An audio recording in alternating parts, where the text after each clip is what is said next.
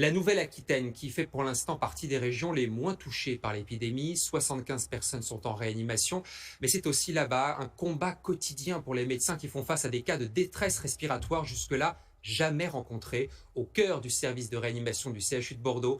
C'est un reportage d'Ignacio Bornassin et Patrick Verstorp. C'est dans ces chambres que le coronavirus dévoile son visage le plus grave. Un malade plongé dans un coma artificiel sous assistance respiratoire qu'il faut retourner une fois par jour pour le soulager. Quand les patients nécessitent d'être mis sur le ventre, ça veut dire que leur oxygénation n'est vraiment pas optimale.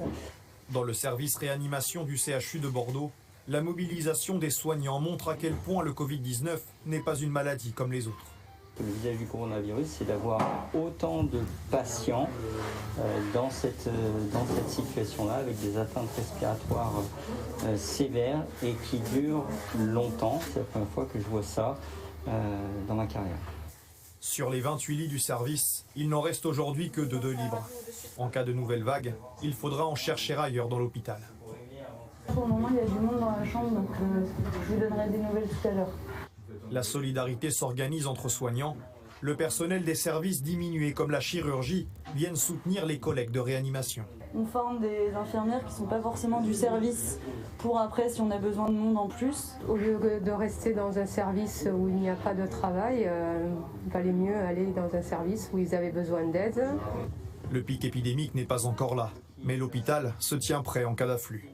On attend la vague depuis plusieurs jours. J'espère que les mesures de confinement feront effet et qu'on n'aura pas cette vague aussi importante que ça peut l'être dans l'Est.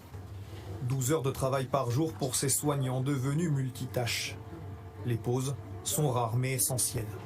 Face à l'épidémie, l'équipe médicale reste vent debout.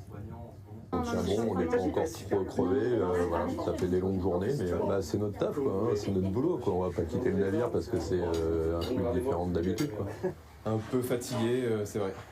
L'équipe d'interne, l'équipe de médecins et l'équipe soignante, on est très nombreuses, ce qui permet d'être assez confortable et de se relayer et de discuter des cas ensemble et de ne pas être seul face à des patients.